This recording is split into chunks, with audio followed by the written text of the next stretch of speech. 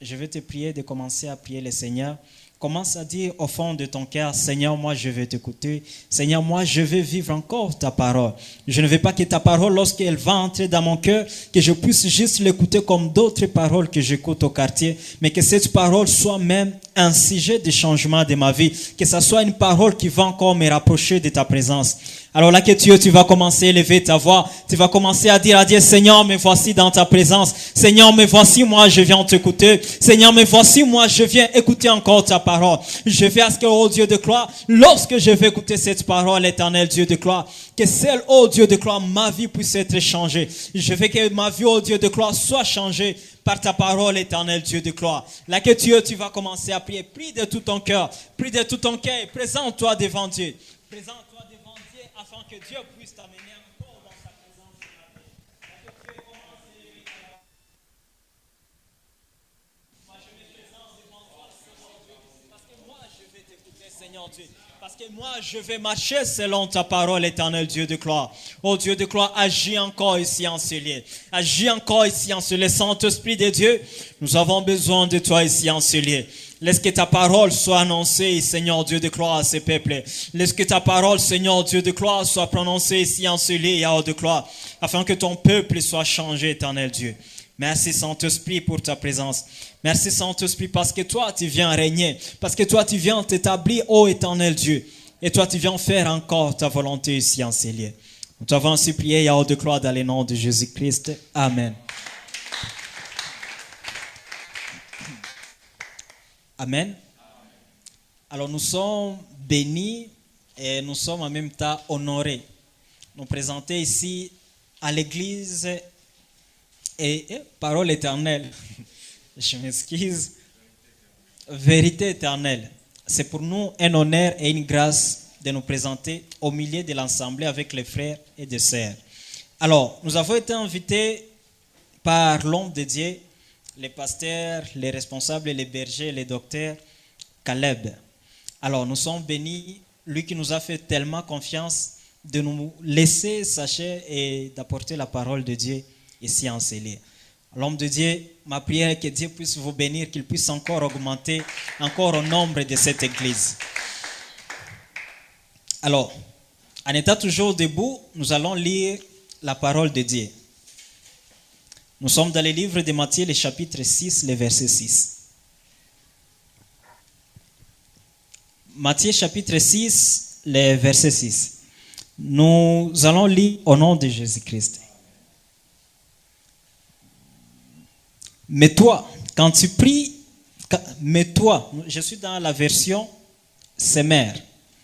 La parole de Dieu déclare ceci. Mais toi, quand tu veux prier, va dans ta pièce la plus retirée, verrouille ta porte et adresse ta parole à ton Père qui est là dans le lieu secret. Et ton Père qui voit dans les lieux secrets te les rendra. Amen. Amen. Alors, cet avant-midi, nous allons parler d'un thème qui est intitulé, nous sommes en train de parcourir et continuer avec les grands thèmes durant tous ces mois qui étaient l'écoute de Dieu. Et ce matin, nous allons parler d'un sous-thème qui est intitulé les lieux secrets, un moyen pour accéder à la présence de Dieu. Les lieux secrets, un moyen pour accéder à la présence de Dieu. Alors, est-ce que nous pouvons nous rasseoir, s'il vous plaît?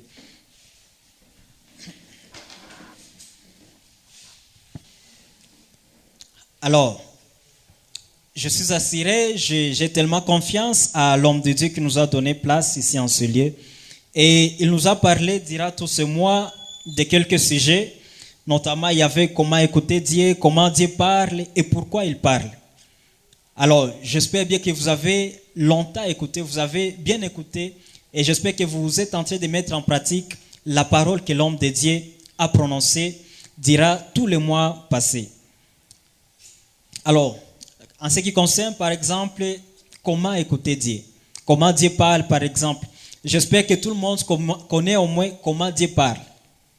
Bon, je peux poser une question. Qui connaît au moins comment Dieu parle ici en ce lieu? Y a-t-il quelqu'un? Quelqu'un peut lever sa main. C'est lui qui connaît au moins comment Dieu parle. Il n'y a personne? Merci beaucoup. Alors, dans le livre de Job, le chapitre 33, c'est là où c'est là où Job est en train de dire, Dieu parle tantôt d'une manière, tantôt d'une autre, mais on ne prend point garde de la façon dont Dieu parle.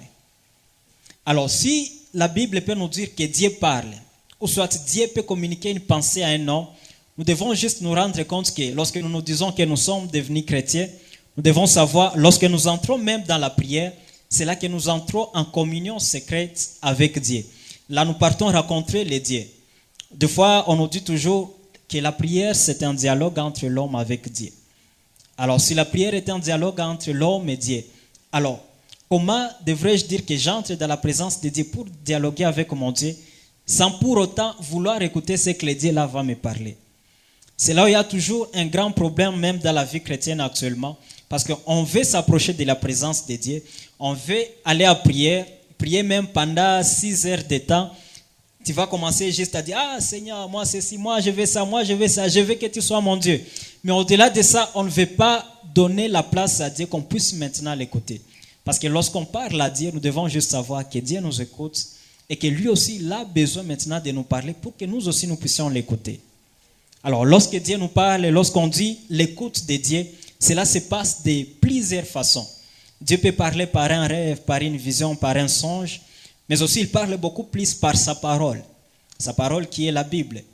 Alors, lorsque nous méditons sa parole, lorsque nous mettons en pratique sa parole, c'est là où nous commençons même à grandir dans la foi, c'est là où nous commençons même à grandir dans la marche chrétienne, parce que lorsque nous partons avec Dieu, lorsque nous méditons sa parole, c'est là que même David a dit, je serre ta parole dans mon cœur afin de ne pas pécher contre toi.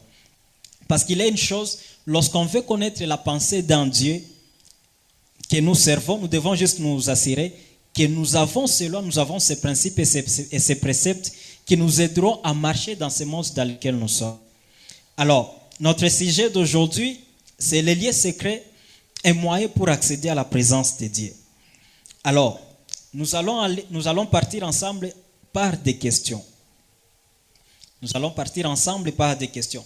Mais premièrement, nous allons commencer à définir c'est quoi un lieu secret. C'est quoi un lieu secret?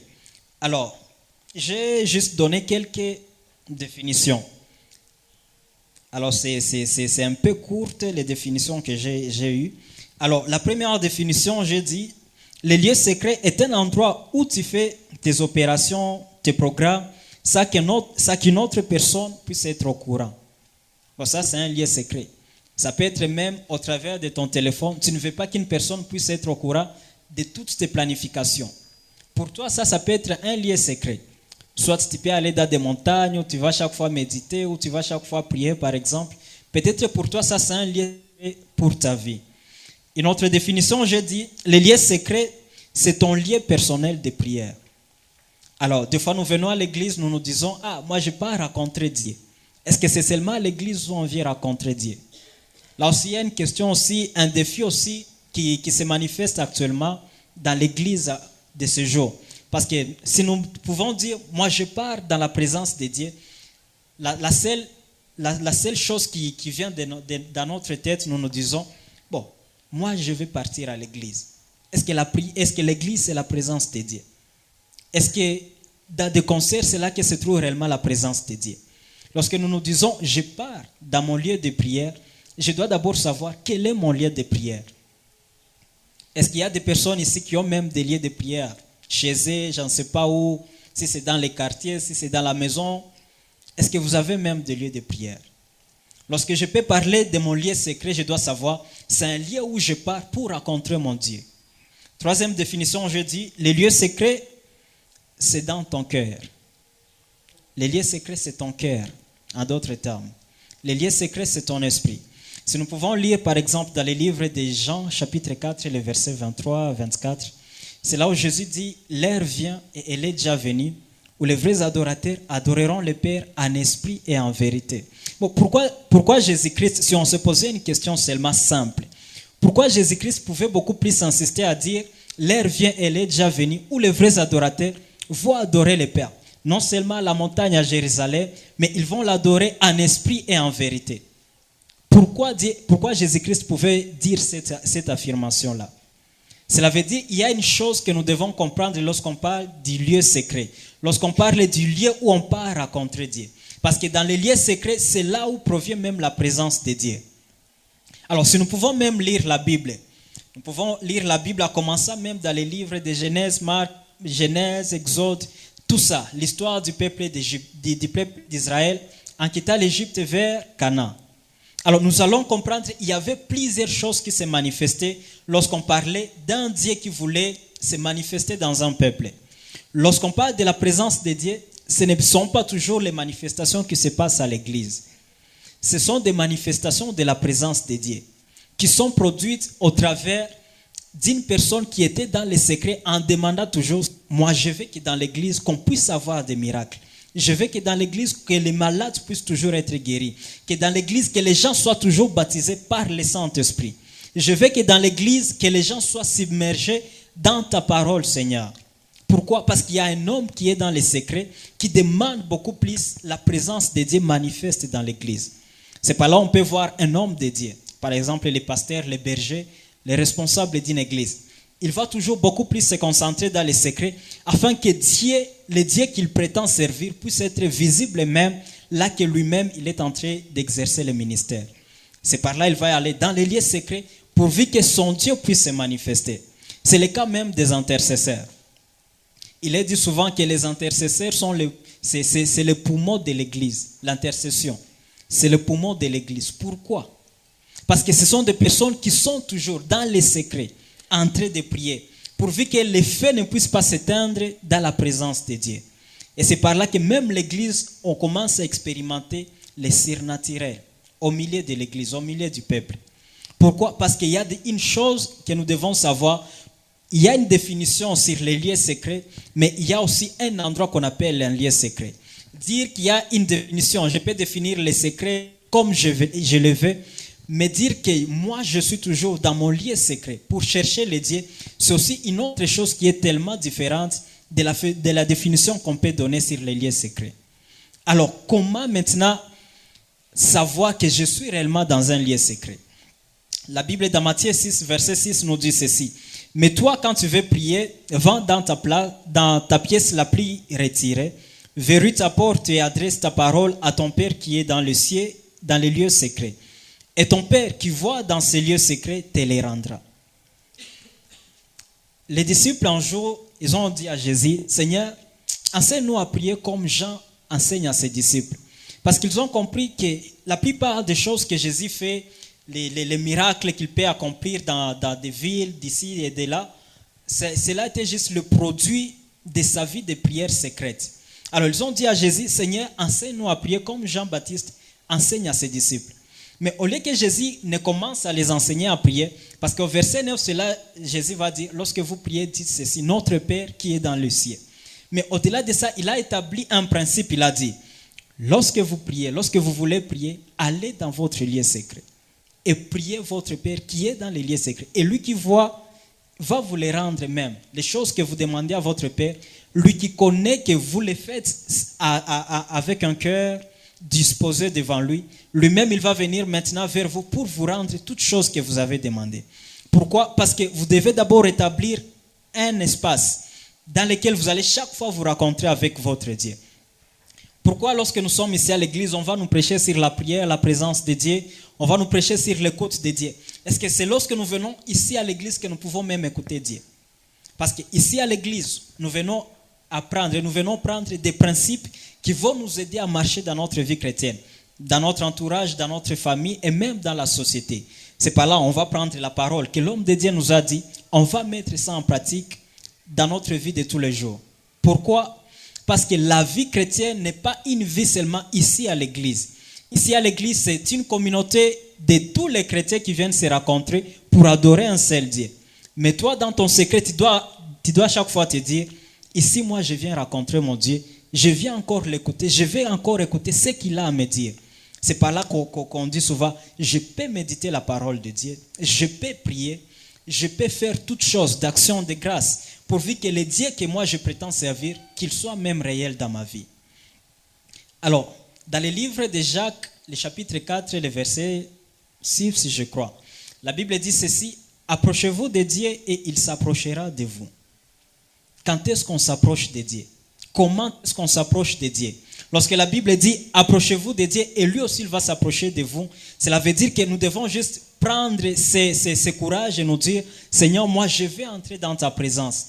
Je vais me concentrer quelque part pourvu que je puisse te voir agir dans ma vie. » Parce que lorsque moi je vais venir dans ta présence, c'est là que je te verrai maintenant venir aussi vers moi.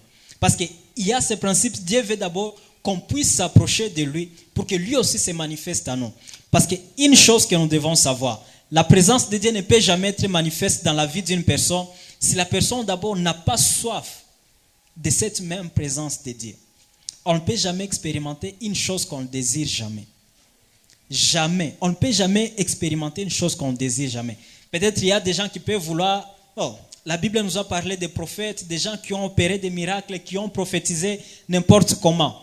Mais si tu lis seulement la Bible comme juste une histoire qui est racontée depuis notre enfance jusqu'à aujourd'hui, ça sera toujours comme une histoire, mais ça n'aura jamais de l'impact. Parce que dans le livre d'Hébreux, la Bible dit « Jésus-Christ est le même hier, aujourd'hui et éternellement ». Parce que si les choses qu'il avait fait dans les temps anciens, il peut encore les faire aujourd'hui. Et même lorsqu'on va mourir, il les fera toujours. Parce que ce n'est pas nous qui conditionnons Dieu à agir dans ce monde. C'est juste la soif que nous avons de sa présence qui laisse à ce que nous puissions devenir même des porteurs de sa personne ici sur la terre. Alors, nous allons parler maintenant d'une autre chose. C'est la chose la plus importante dans la vie chrétienne que toute personne doit connaître. C'est l'identité chrétienne. Il sera beaucoup plus difficile de parler de la présence de Dieu si même la personne ne connaît pas réellement qui il est.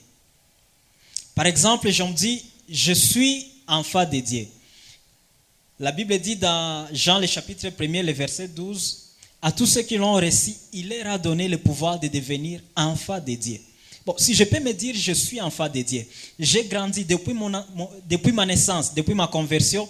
Je marche avec Dieu, je pars à l'église, je peux chanter. Je me dis toujours, je suis enfant de Dieu, mais que je ne manifeste pas les choses vraiment qui caractérisent un enfant de Dieu.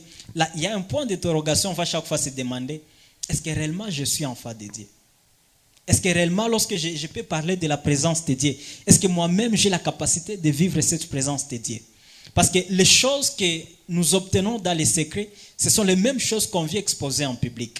On ne peut jamais exposer ce que l'on a par ici en secret. Parce que c'est dans les secrets où on apprend des choses avec Dieu. C'est dans les secrets où on apprend même, on a la provision de la part de Dieu pour un peuple, soit pour toute une génération. Cela ne se manifeste pas seulement de venir à l'église, prêcher, louer, chanter.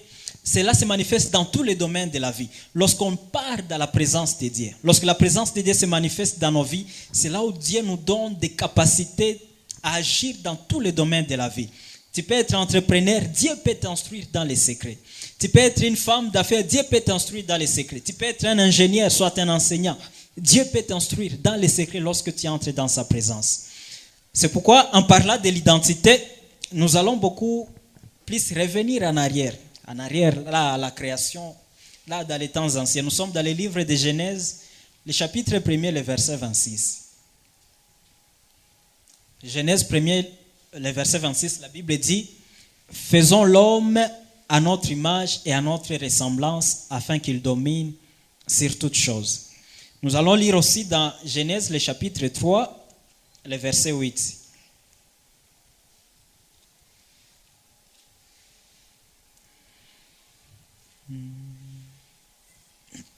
Genèse chapitre 3, le verset 8. La parole de Dieu nous dit ceci. Au moment de la brise du soir, ils entendirent l'Éternel Dieu parcourir les jardins.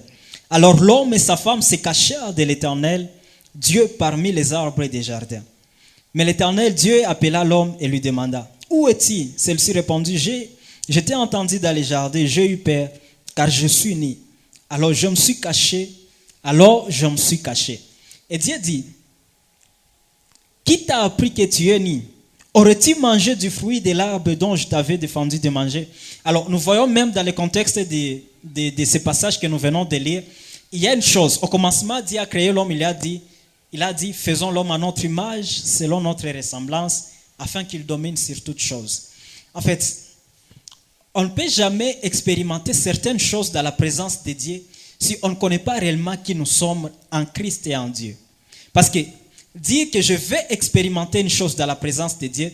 Donc là, je vais prendre Dieu comme juste un personnage dans l'histoire. Comme les hommes de la science disent toujours, Dieu, ce sont juste des mythes, les histoires de Dieu. Ça n'a aucun sens. Ça n'a pas même de sens dans cette vie. Alors, les historiens et même les hommes de science peuvent vous dire combien de fois Dieu n'existe pas. Mais si on se posait une question, est-ce que même Dieu existe? Nous allons dire, nous avons la foi que Dieu existe parce que moi, il m'a sauvé. Elle m'a dit, je vais faire un homme selon mon image, selon mon apparence, afin qu'il puisse dominer sur cette terre. Et là, nous voyons même dans les jardins d'Éden, lorsqu'on parle de l'identité de l'homme, c'est là où l'homme était en relation et en harmonie parfaite avec Dieu. Donc, il n'avait plus besoin de dire, moi je vais chercher la présence de Dieu, parce que lui-même, il se trouvait directement dans la présence de Dieu. Il n'avait plus besoin de dire, je vais chercher encore la présence de Dieu, je vais entrer en prière pendant 50 jours, soit 100 jours, pour que Dieu puisse se manifester et se révéler à moi. Adam et Ève n'avaient pas vraiment cette volonté, ce courage de dire, nous irons là-bas. Mais ils savaient, nous sommes dans la présence de Dieu. Dieu vient nous parler à tout moment. On peut communier avec Dieu à tout moment. Mais un jour, une chose s'est passée. C'est maintenant dans Genèse chapitre 3. C'est là où l'homme a péché. Il a péché, il a fait une chose qui était contraire à la volonté de Dieu. Alors, une chose, lorsque Dieu commençait à venir pour chercher Adam. Adam, où es-tu? Adam, où es-tu? Adam et Ève se sont cachés. Ils ont dit, nous avons entendu ta voix parcourir les jardins. Et nous avons eu peur parce que nous sommes nés. Parce qu'il y a une chose qui nous éloigne beaucoup plus de la présence de Dieu, c'est le péché que nous faisons. Lorsqu'on veut expérimenter la présence de Dieu, lorsqu'on veut connaître réellement qui est le Dieu que nous servons, la seule chose qui nous empêche de demeurer dans sa présence, c'est le péché. Parce que si nous pouvons lire même dans les livres des Chroniques, je crois, le chapitre 5, les versets 12 à 14, même Exode, chapitre 40, le verset 34 en continuant, c'est là où nous allons comprendre lorsque la présence de Dieu s'est manifestée dans une salle, soit dans un temple. Tous les sacrificateurs et tous les sanédrins n'étaient pas même capables de résister dans les temples. Et ce qu'ils faisaient, ils prenaient fuite, ils quittaient la présence de Dieu parce qu'ils se voyaient indignes, ils se voyaient comme des hommes qui sont toujours des pécheurs devant la présence de Dieu. Il y a une chose qu'on peut connaître. Lorsqu'on entre dans la présence de Dieu, des fois, il y a une chose, la première chose qui se manifeste lorsque Dieu se manifeste à nous. On croit peut-être que nous sommes toujours pécheurs et les péchés que nous avons, peut-être Dieu les a déjà pardonnés. Et nous, en venant dans la présence de Dieu, nous nous disons, peut-être je ne suis pas digne même d'entrer dans sa présence. Pourquoi? Lorsque nous nous disons que nous servons un Dieu saint et lorsqu'on s'approche de ce Dieu saint, il y a toujours une chose qui doit toujours se briser dans nos cœurs. Il y a toujours une chose qui doit toujours se briser dans notre vie. Lorsque nous entrons dans la présence de Dieu, c'est pourquoi nous devons toujours marcher d'une façon sainte, d'une manière sainte, marcher dans la sanctification. Parce que lorsqu'on entre dans la présence de Dieu, on part rencontrer un Dieu saint. Avant qu'on puisse rencontrer un Dieu qui peut nous révéler certaines choses, on part d'abord rencontrer l'une de sa nature, la sainteté. Il est un Dieu saint. Et lorsqu'on entre dans sa présence, c'est là que nous commençons à voir certaines choses, certaines merveilles que Dieu peut nous offrir, peut nous montrer pour notre génération et pour même notre entourage dans lequel nous sommes. Ça, c'était la partie de l'identité. On ne peut jamais parler de Dieu si on ne connaît pas Dieu. La Bible dit ceci dans le livre de Jean, chapitre 17, 3. C'est là où Jésus disait, lorsqu'il faisait sa prière sacerdotale, il dit, « Or, la vie éternelle, c'est qu'ils te connaissent, toi, le véritable Dieu. » Il avait beaucoup plus insisté à cela. « Or, la vie éternelle est qu'ils te connaissent, toi, le véritable Dieu. » Combien de gens sont des personnes qui entrent dans des églises, mais ce sont toujours des personnes qui ne sont jamais transformées, même par la parole qu'ils sont en train d'écouter.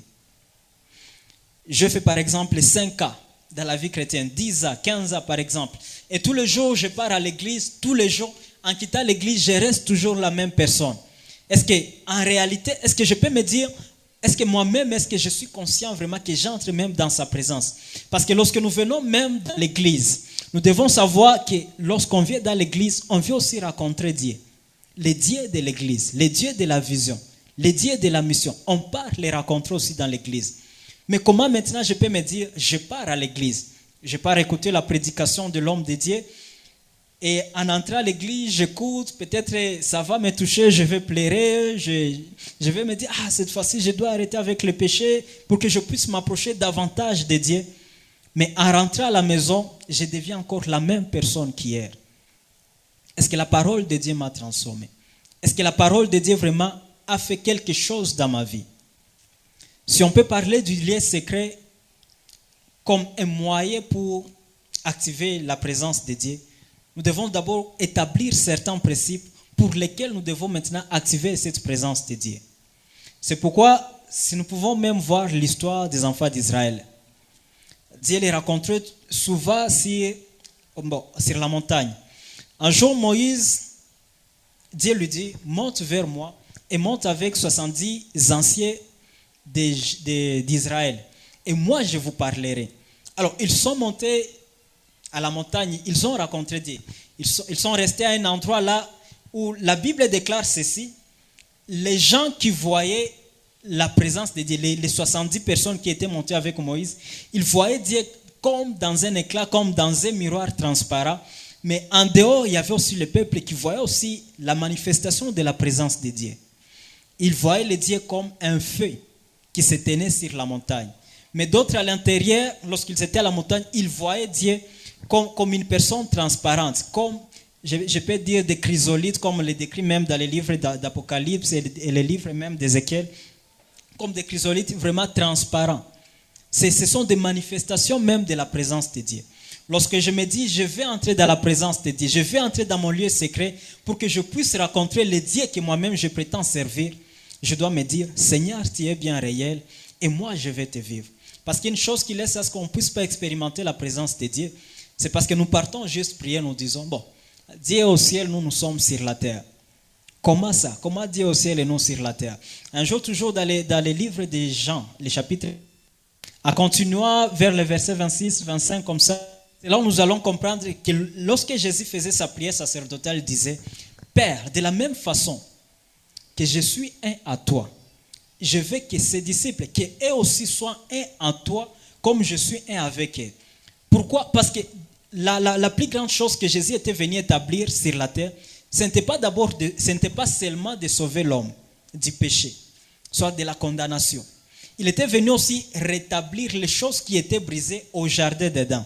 Lorsque nous étions en communion parfaite avec Dieu, Jésus voulait qu'en venant sur la terre, en mourant sur la croix, qu'il puisse rétablir la relation qui était entre l'homme avec Dieu. Cette relation, lorsque Dieu dit, faisons l'homme à notre image et à notre ressemblance. Il y avait la divinité de Dieu qui était entrée dans l'homme lorsque Dieu créa l'homme. Il y avait une part de divinité. Et lorsque Jésus est venu mourir à la croix, il est venu rétablir, refaire les choses qui étaient détruites aux temps anciens. Lorsque le diable s'était présenté au jardin d'Éden. Et lorsqu'il dit, je veux que tu sois un en eux, que tu sois un avec eux. De la même façon que moi, Père, je suis un avec toi. Parce que moi, je suis un avec eux. Il y avait une chose, il devrait y avoir une complicité entre l'homme et avec Dieu. Parce que si nous pouvons parler, lorsqu'on dit Jésus est venu sauver l'humanité, il était venu juste nous relier à notre Dieu, à notre source d'auparavant. Parce que dans l'Ancien Testament, la plupart des fois, on disait toujours l'Esprit de Dieu est descendu sur une personne. L'Esprit de Dieu, j'étais couvert par le Saint-Esprit. J'étais couvert de la puissance du Saint-Esprit. Mais personne dans l'Ancien Testament, personne n'avait la plénitude du Saint-Esprit en lui. Mais nous, dans le Nouveau Testament, lorsque Jésus est venu, lorsque même le Saint-Esprit est venu, c'est là où Jésus dit, et lorsqu'il sera venu dans le livre de Jean 16, 14, Jean 16, 13, quand le Consolateur, l'Esprit de vérité sera venu, il vous conduira dans la vérité tout entière. Car il ne parlera pas de lui-même, mais il dira tout ce qu'il aura entendu. En d'autres termes, lorsqu'il va dire tout ce qu'il a entendu, cela veut dire le Saint-Esprit viendra habiter en moi. Lorsque le Saint-Esprit vient habiter en moi, c'est lui qui me donne maintenant la capacité de me présenter dans la présence de Dieu, sans même m'inquiéter, sans pourtant me dire comment est-ce que Dieu va me juger, comment est-ce que Dieu va me prendre lorsque je viendrai dans sa présence. Lorsque nous venons dans la présence de Dieu, c'est là où Dieu vient aussi vers nous pour nous dire, bienvenue mon enfant. Bienvenue mon enfant, moi je vais te parler, je vais t'enseigner ce que tu ne maîtrises pas, des choses que tu ne connais pas. C'est une chose qui se passe lorsque nous sommes dans la présence de Dieu. Alors si on peut se poser la question, Est-ce que réellement nous entrons dans la présence de Dieu? Est-ce que lorsqu'on nous dit nous devons partir dans la présence de Dieu pour prier, soit lorsqu'on dit à l'église nous partons dans la présence de Dieu à l'église, soit le dimanche, soit le mercredi, est-ce que réellement nous venons rencontrer Dieu? Lorsqu'on dit je pars dans la présence de Dieu, c'est une chose qui touche beaucoup plus la conscience que l'intelligence. Ça touche beaucoup plus l'âme que les sentiments et même les sensations qu'on peut avoir lorsqu'on dit « je pars dans la présence de Dieu ». Lorsque je pars dans la présence de Dieu, c'est là où même David disait « je suis dans la joie lorsqu'on me dit « allons dans la maison de l'Éternel ». Pourquoi il pouvait être dans la joie? D'autres personnes, pour aller même à l'église, c'est un combat. C'est un film, on peut même tourner une série là, ça peut même avoir même 5 saisons. Mais lorsqu'on parle de la présence de Dieu, nous sommes dans la joie parce que nous disons, encore lorsque je vais entrer dans la présence de Dieu, je vais louer le Dieu que je sers, je vais l'adorer, et lorsque je serai là, je vais encore être transformé. Parce que lorsqu'on entre dans la présence de Dieu, on ne rentre pas chez soi en étant toujours la même personne. C'est dans la présence de Dieu où on est transformé. Je ne dis pas seulement lorsque tu pars dans la présence de Dieu, c'est là que les péchés encore que j'ai fait hier, est-ce que Dieu va encore m'autoriser de rester ici dans sa présence? Et cette culpabilité va beaucoup plus te ronger. Et en te rongeant, tu vas beaucoup plus te dire, peut-être Dieu ne m'aime pas, peut-être Dieu ne veut pas que je puisse rester dans sa présence. Mais lorsqu'on part dans sa présence, peut-être on n'a même pas péché, mais lorsqu'on part dans sa présence, comme David qui dit, je suis dans la joie lorsqu'on me dit, allons dans la maison de l'Éternel. Et moi, lorsque je suis dans sa présence, que ce soit dans mon lieu secret, que ce soit dans les lieux publics avec tous les frères, soit avec toutes les sœurs, je dois chaque fois me dire, lorsque je suis là, je suis venu faire mon culte personnel avec Dieu. Parce que lorsque nous venons dans un culte, ce n'est pas seulement pour venir voir nos amis. Lorsque nous venons dans un culte, nous venons faire notre propre culte personnel dans les grands cultes dans lesquels nous sommes.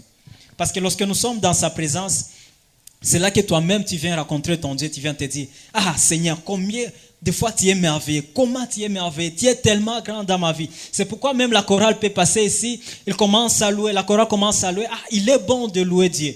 Pourquoi il va dire il est bon de louer Dieu? Parce qu'il sait les choses que moi j'expérimente avec Dieu, les choses que j'ai connues de mon Dieu, ce sont des choses qui ne me laissent pas toujours rester à la maison, mais ça me pousse toujours de venir dans sa présence.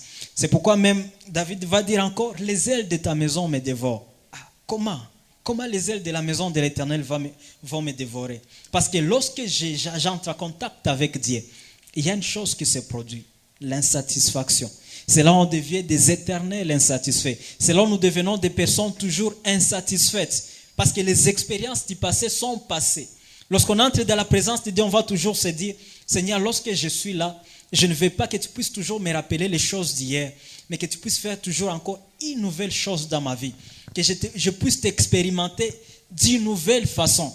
Que je ne puisse pas seulement te parler comme le Dieu qui avait fait des miracles. Que je ne puisse pas seulement dire, tu es le Dieu qui avait marché avec le peuple d'Israël.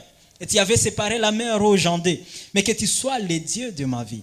Lorsque je vais chaque fois dire, je suis un étudiant, soit une étudiante, que les gens puissent témoigner que réellement je suis enfant de Dieu. Est-ce que cela se passe même dans nos vies?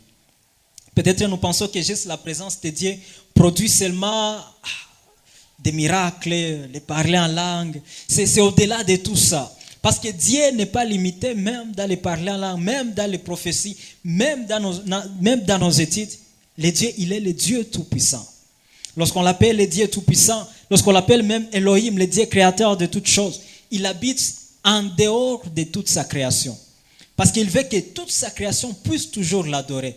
Que toute sa création puisse toujours savoir, lorsque nous parlons de Dieu qui se manifeste dans l'univers, qu'on puisse toujours se tenir prêt et dire, Seigneur, nous allons te louer, nous allons t'adorer tous les jours de notre vie.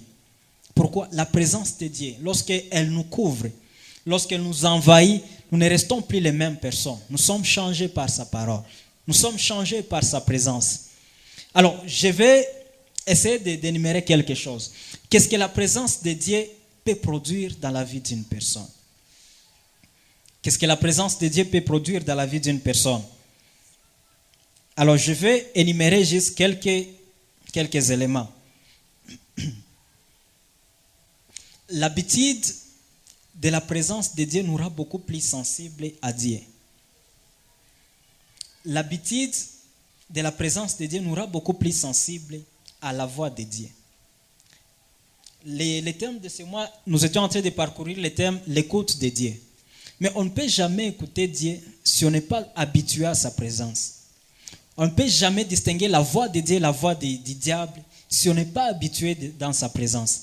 Parce que lorsque je suis dans sa présence, lorsque je préfère toujours rester dans sa présence, lorsque je me dis, je ne peux jamais faire d'un jour, soit un jour, soit 24 heures sans prier, sans être en communion avec mon Dieu, cela veut dire lorsque je le fais, lorsque je médite sa parole, lorsque je prie, lorsque je connecte mon esprit avec l'Esprit de Dieu, c'est là où je peux être maintenant à mesure de commencer à distinguer quelle est la voix de Dieu et ce qui n'est pas la voix de Dieu. Parce que c'est dans sa présence où on dit, bien sûr, cette personne est en train de prêcher, soit de parler, mais il prétend parler de la part du Seigneur. Mais dans mon esprit, je sens mon esprit me dire, c'est un faux, il ne sert pas le véritable Dieu. Et peut-être tu peux avoir des doutes dans ton cœur, mais au fil du temps, lorsque les temps vont passer, peut-être un jour, la personne là sera démasquée. Et tu te diras, j'avais senti auparavant que cette personne réellement n'est pas de Dieu. Pourquoi? Parce que là, tu commences à discerner la voix de Dieu. Tu commences à dire, ça c'est Dieu, ça ce n'est pas Dieu. C'est pourquoi même lorsqu'on entre dans la présence de Dieu, c'est là où, si on peut parler même des dons spirituels, c'est là où même les dons de discernement des esprits s'agrandissent beaucoup plus. Parce que lorsqu'on est dans sa présence, c'est là où on commence à distinguer, ça c'est Dieu, ça ce n'est pas Dieu. Ça c'est Dieu, ça ce n'est pas Dieu. Et la voix de Dieu nous donne la sensibilité de plusieurs voix de Dieu. Lorsque la Bible dit, Dieu parle tantôt d'une manière, tantôt d'une autre. Cela veut dire, ce n'est pas seulement parce que tu rêves toujours et que tu as des messages dans ton rêve que c'est la seule voix par laquelle Dieu peut toujours te parler. Ce n'est pas toujours parce que lorsqu'il y a une grande atmosphère, lorsqu'il y a une forte présence de Dieu et que tu commences à prophétiser, tu commences à dire la pensée de l'Éternel, que c'est la seule façon dont Dieu peut te parler. Seulement, Dieu veut nous amener à grandir dans sa présence. Lorsque nous pouvons dire l'écoute de Dieu, il veut nous amener à grandir dans sa diversité de parler aux hommes. Parce que si je peux me dire, j'entre dans la présence de Dieu, je pars écouter Dieu, il y a plusieurs façons dont Dieu peut me parler. Je me rappelle un jour en lisant les livres, c'est là où Dieu disait à David, et lorsque tu entendras les sons, donc tu vas entendre mes pas sur des feuilles qui sont sur les arbres. Maintenant, c'est à ce moment-là que tu vas te lever pour aller combattre. Bon, si on se posait la question, nous partons ici juste dans les arbres qui sont là. Il y a le vent qui souffle. Les feuilles aussi se dissipent par-ci par-là. Alors lorsqu'on sera là, et puis nous aussi nous partons faire cette expérience et dire, Seigneur, moi aussi je vais t'écouter au travers des feuilles. Je vais aussi écouter tes pas au travers des feuilles. Est-ce que nous serons capables de discerner même la voix du vent et la voix de Dieu? Parce qu'il nous sera beaucoup plus difficile parce que nous ne sommes pas tellement habitués à la présence de Dieu. C'est lorsqu'on est habitué à la présence de Dieu, c'est là où on discerne plusieurs choses, plusieurs manifestations de Dieu. Alors, le deuxième élément, j'ai dit, la présence de Dieu, c'est une provision pour les hommes. La présence de Dieu, c'est une provision pour les hommes.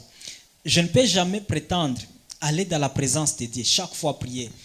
Faire 50 jours, soit 6 heures, 10 heures dans la prière, sans tousser, sans arrêter. Et me dire, tous les jours, je vais chaque fois faire ceci. Et que moi, je ne puisse pas avoir une provision pour ma propre vie. C'est lorsqu'on entre dans la présence de Dieu qu'on a la provision même pour notre vie.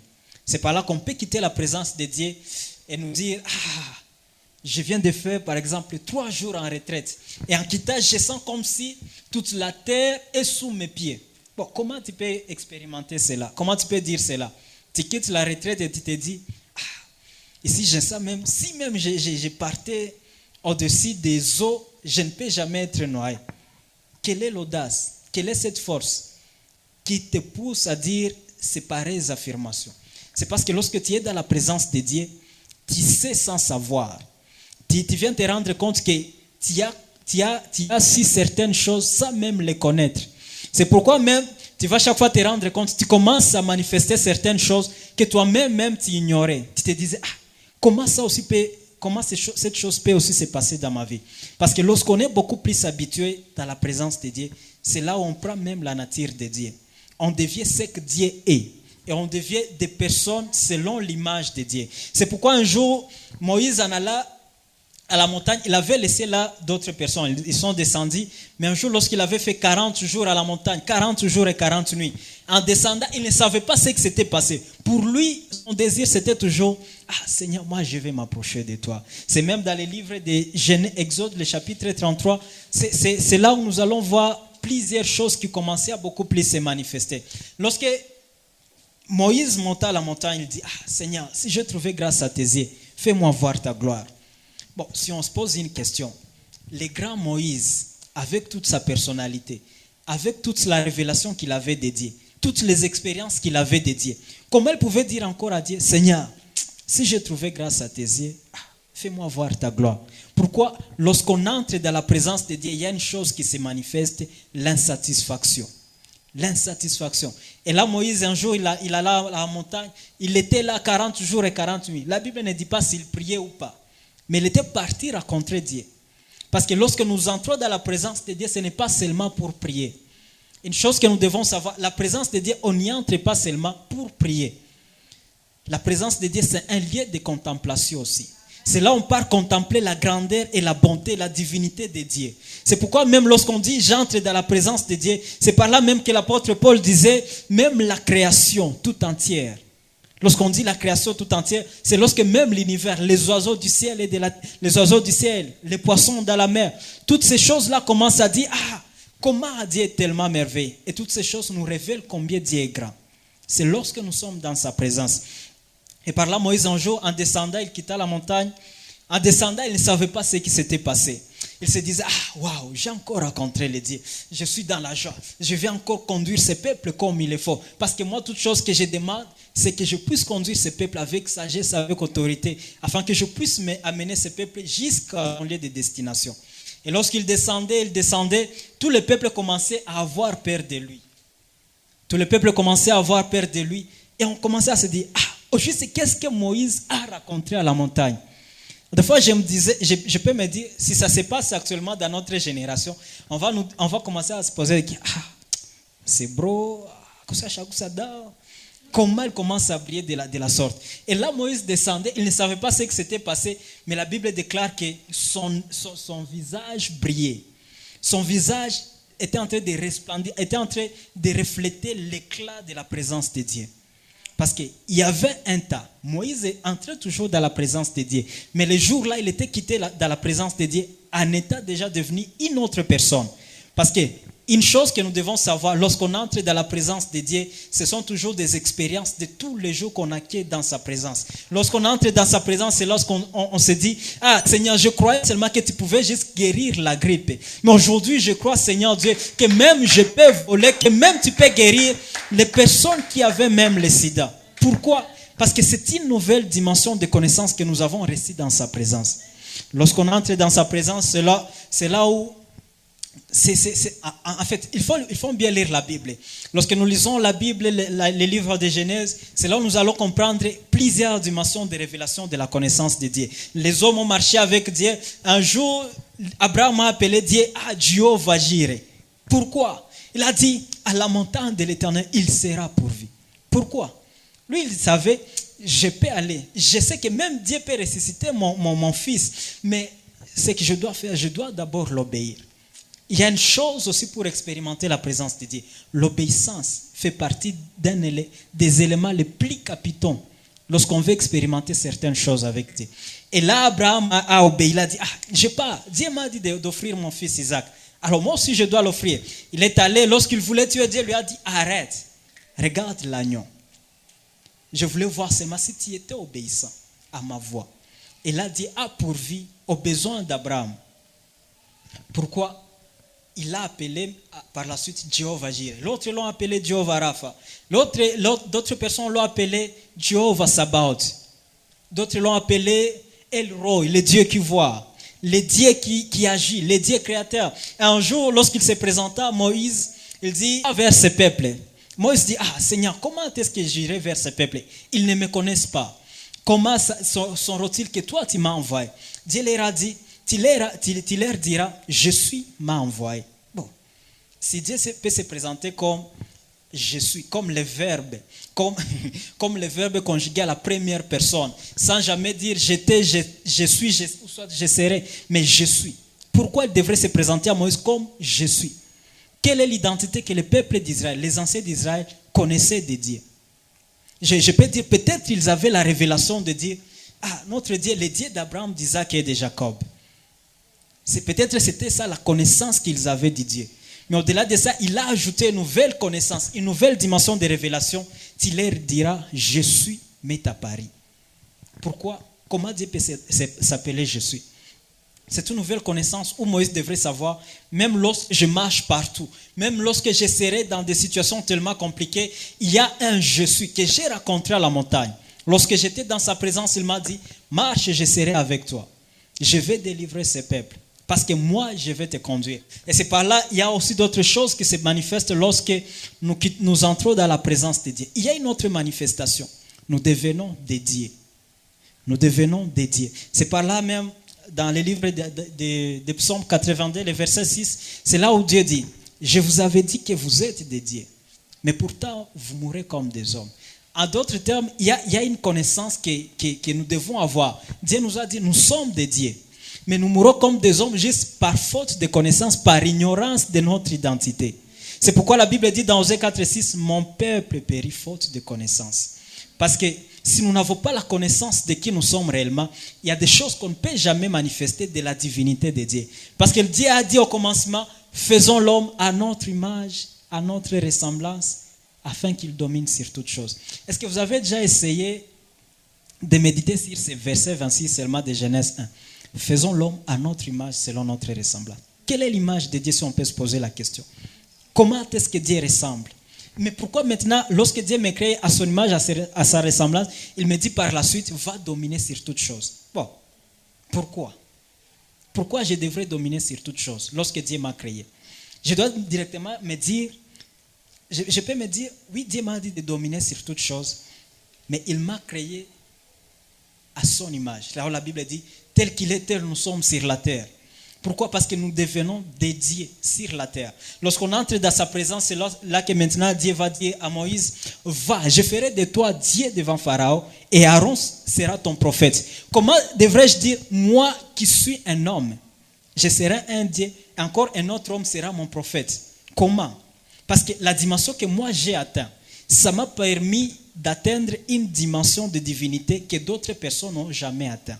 Et avec cette dimension, je peux maintenant commencer à marcher sur la terre comme un roi, comme un Dieu, et toutes choses me seront soumises sur la terre. Parce que je vais chaque fois me dire, Dieu a placé sa divinité en moi. Et cette divinité, je dois maintenant la faire voir dans cette humanité. C'est pourquoi maintenant, là où l'apôtre Paul va dire, et le monde attend avec un ardent désir la révélation des fils de Dieu. Il faut que tous ces fils de Dieu puissent reconnaître qui nous sommes réellement. Lorsque nous parlons de Jésus qui est venu rétablir la paix, rétablir des choses qui étaient brisées entre l'homme avec Dieu au jardin, nous devons juste savoir aussi la création attend avec un ardent désir la connaissance que j'ai eue, l'identité que j'ai. Bon, pas même que j'ai, j'avais une identité que j'avais déjà oubliée et je me suis rappelé de cette identité dans la présence de Dieu. Et cette identité, je viens la révéler à toute la création. C'est pour cela que même la création attend avec un ardent désir la révélation des fils de Dieu. Ce n'est pas seulement parce que nous allons prêcher l'évangile, ce n'est pas seulement aller au marché, prêcher l'évangile, la bonne nouvelle. Mais qu'est-ce que je suis et le monde a besoin de voir? Si on peut se poser cette question, est-ce qu'il quitte la présence de Dieu? Par exemple, le cas de Moïse. Il quitte la présence de Dieu à la montagne en descendant, tout le peuple a peur de lui. Le peuple dit, non, ne t'approche pas de nous, on ne veut même pas de toi. Pourquoi? Il était devenu comme un Dieu même sur la terre. Pourquoi? Parce que la dimension qu'il avait atteinte lui avait amené dans une autre dimension de révélation et de connaissance de Dieu. Alors, une autre chose, la présence de Dieu, ça crée des miracles et des grands signes dans notre vie et de ceux qui nous entourent. La présence de Dieu crée des miracles et des grands signes dans notre vie et au milieu des personnes qui nous entourent. Là, nous sommes dans le livre de Marc 16, 17. Nous devons lire ces versets avec beaucoup plus d'attention. Jésus dit, voici les miracles qui accompagneront ceux qui auront cru. Non, toute personne. Il n'y a pas une catégorie, il n'y a pas pasteur, il n'y a pas prophète, il n'y a pas évangéliste. Tout chrétien. Que tu sois juste un chantre, que tu sois protocole, que tu sois juste là dans la masse, tu dois savoir d'abord, c'est une promesse faite pour toute personne qui peut croire à la présence de Dieu, soit à Dieu. C'est là où Jésus dit, à mon nom, ils chasseront les démons. Ils imposeront les mains aux malades et les malades seront guéris. Alors, ce sont des signes. Mais nous devons savoir, il y a une chose que Jésus a employée avant de dire toutes ces choses. Il a dit, à mon nom, dans mon nom. Bon, comment nous pouvons dire, dans le nom de Jésus, je vais chasser les démons. Dans le nom de Jésus, je vais commencer à guérir les malades. Cela nous pousse toujours à dire que c'est une unité que nous devons avoir avec le Seigneur Jésus. Lorsque nous sommes à lui et lui à nous, c'est maintenant là que nous pouvons faire de grandes choses. C'est pourquoi même la Bible dit, avec Dieu, nous ferons des exploits. Pourquoi nous allons faire des exploits seulement avec Dieu? C'est lorsque nous sommes interconnectés, moi et Dieu, que c'est à ce moment-là que je peux maintenant manifester tous ces signes, toutes ces choses dans la vie de ceux qui en ont besoin. Et lorsque nous avons ces signes dans notre vie, nous devons savoir, ce sont des choses, c'est une provision que Dieu nous donne, non seulement pour nous, mais pour le peuple de Dieu. Non seulement pour le peuple de Dieu, mais pour les païens aussi. Parce qu'il y a des choses, lorsque tu les fais, les païens commencent à louer l'Éternel. Les païens commencent à dire, certainement, il y a encore un Dieu vivant que nous devons servir. Et c'est par là même une personne peut laisser la voie qu'il menait et va commencer à dire, réellement, je dois servir le véritable Dieu. Je vous donne un exemple. Je suis étudiant à l'IBTP Butembo. J'ai fait l'architecture. Parce que la personne pouvait même aller dans des rues comme Ézéchiel, comme Esaïe. Il pouvait parler du Dieu vivant avec autorité, avec assurance, parce qu'il savait le Dieu que j'ai rencontré, le Dieu qui m'a tiré de la poussière pour me faire asseoir accompagné de grands. Ah, le même Dieu là, moi je le connais de cette manière. C'est un Dieu de roi. L'autre il va se révéler à une autre comme un Dieu de sacrificateur. À une autre personne comme un Dieu qui guérit. À une autre personne comme un Dieu qui prend soin des orphelins et des personnes qui sont détruites. C'est pourquoi même dans Ésaïe 61, la Bible dit, c'est là où Ésaïe dit, l'Esprit du Seigneur est sur moi. Car il m'a pour annoncer la bonne nouvelle aux pauvres, pour libérer les captifs, pour proclamer une année de grâce, une année de paix. Pourquoi? Parce qu'il y avait un peuple qui était dans la détresse. Alors il fallait qu'il y ait la paix, qu'il y ait même des proclamations d'une année de paix et de grâce, pourvu que ce peuple puisse avoir de l'espérance. Alors pourquoi? C'est parce que nous sommes partis dans la présence de Dieu, nous avons rencontré ce Dieu, il nous a formés. Il nous a formés, il nous a forgés et il nous a envoyés maintenant vers le peuple. C'est pourquoi même lorsque je marche, David pouvait dire, lorsque je marche dans la vallée de la mort, je ne crains rien, car toi tu es avec moi. Bon, comment David pouvait savoir que Dieu est avec lui alors qu'il ne le voyait pas? Parce qu'il savait, je suis habitué à la présence de Dieu. Et lorsque même je peux marcher n'importe où, je sais que Dieu est avec moi. Parce que je n'ai pas péché, je n'ai commis aucun mal, aucune faute. Et lorsque moi je vais marcher, je sais que lui, il est avec moi, il marche avec moi. Parce que sa houlette et son bateau me rassurent.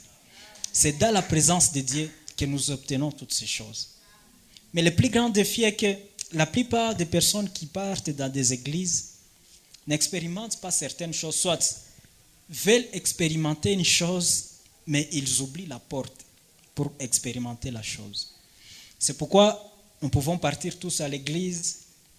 Et Dieu, la Bible dit, c'est Dieu qui attire des gens vers lui. La Bible dit, ce n'est pas vous qui êtes venus vers moi, c'est moi qui suis venu vers vous. En d'autres termes, c'est Dieu qui nous a appelés les premiers. Avant même le commencement du monde, il nous connaissait. Il a dit à Jérémie, je t'ai établi prophète des nations. Avant même que tu ne sois né, moi je te connaissais. Avant même que tes parents ne puissent se rencontrer, moi, dans mon plan, j'avais établi qu'il y aura un homme qui fera ça et qui fera ça aussi. Pourquoi? toi aussi tu dois savoir que tu es un plat.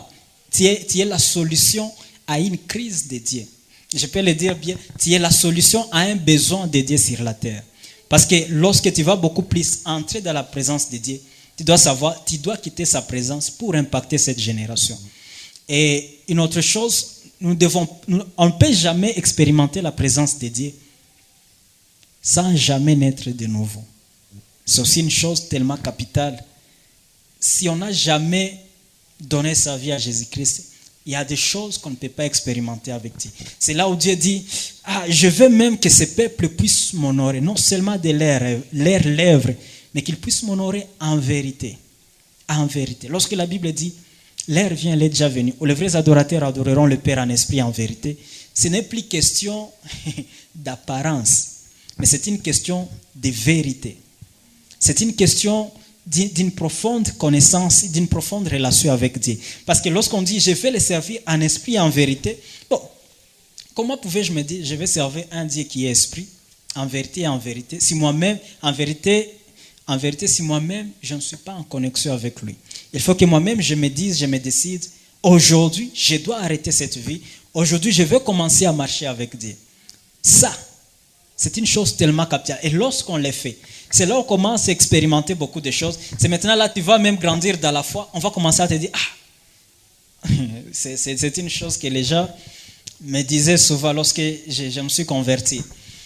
C'était, il n'y a pas beaucoup d'années, c'était en 2021 à Goma. Un jour, on était là, c'était dans une veillée, pouf, Kokokaka. Et par la suite, maintenant, les vieux du quartier ont commencé à petit. Mais ne quoi nous a kanisa. Mais ne quoi avant toi. Mais qu'est-ce que toi tu vas me dire? C'est bon. Je te laisse juste 10 ans ou 5 ans. On verra là que tu seras. Mais une chose qu'on doit se poser. Qu'est-ce qui était arrivé à toutes ces personnes-là pour que ces personnes puissent abandonner Christ? Il y a une chose aussi qu'on peut dire, une vérité. Ils n'ont jamais connu réellement qui était Christ.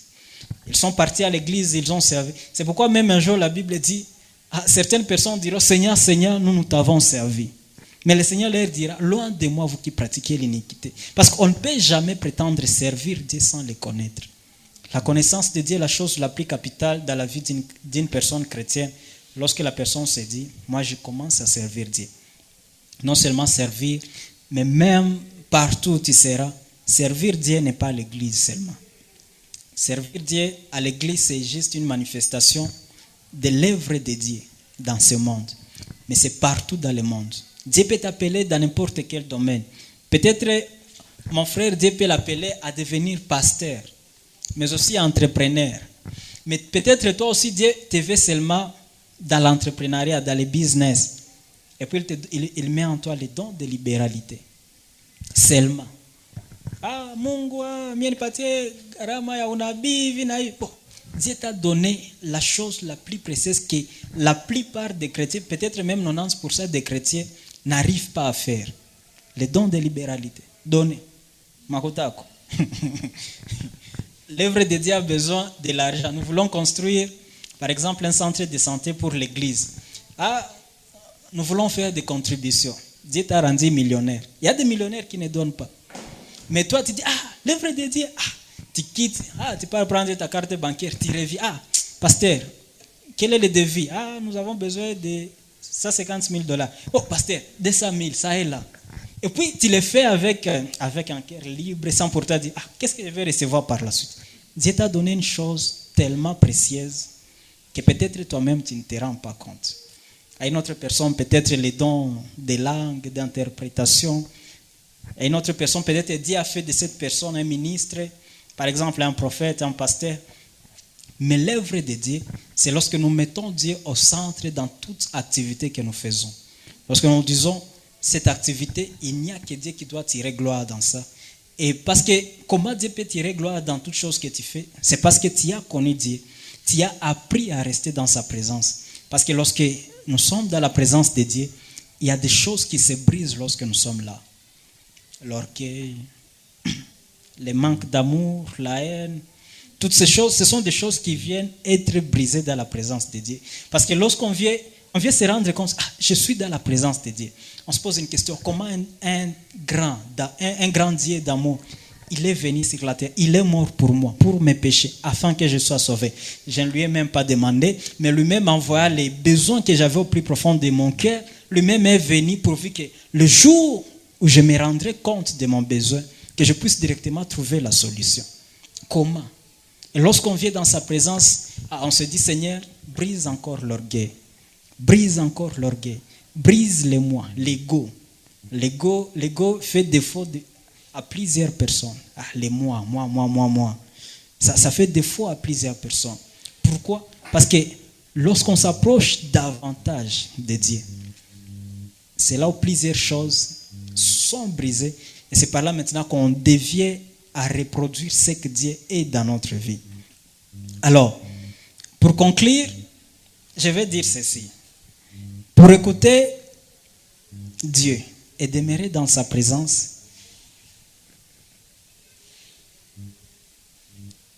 nous devons toujours nous dire, Seigneur, toute chose que je peux faire sur la terre, si c'est de te servir dans un ministère, soit dans une chorale quelconque, j'aimerais au moins que toi-même tu puisses toujours te manifester dans ma vie, que je puisse toujours marcher selon ta parole et que même lorsque je vais chaque fois parler de ta présence à d'autres personnes, Seigneur, je veux que moi-même, que je puisse d'abord expérimenter cette présence. Parce que ça sera pour moi difficile de parler de toi alors que je ne t'ai pas encore expérimenté. Mais moi, je veux, Seigneur, que je vais demeurer dans ta présence et je vais te voir venir vers moi afin que je puisse proclamer tout haut ta grandeur et ta personne partout dans le monde. Alors, là que tu es, je vais te prier de te lever. Nous allons juste prier ensemble. Nous allons prier ensemble et tous nous sommes debout. En finissant ce message, nous allons prier.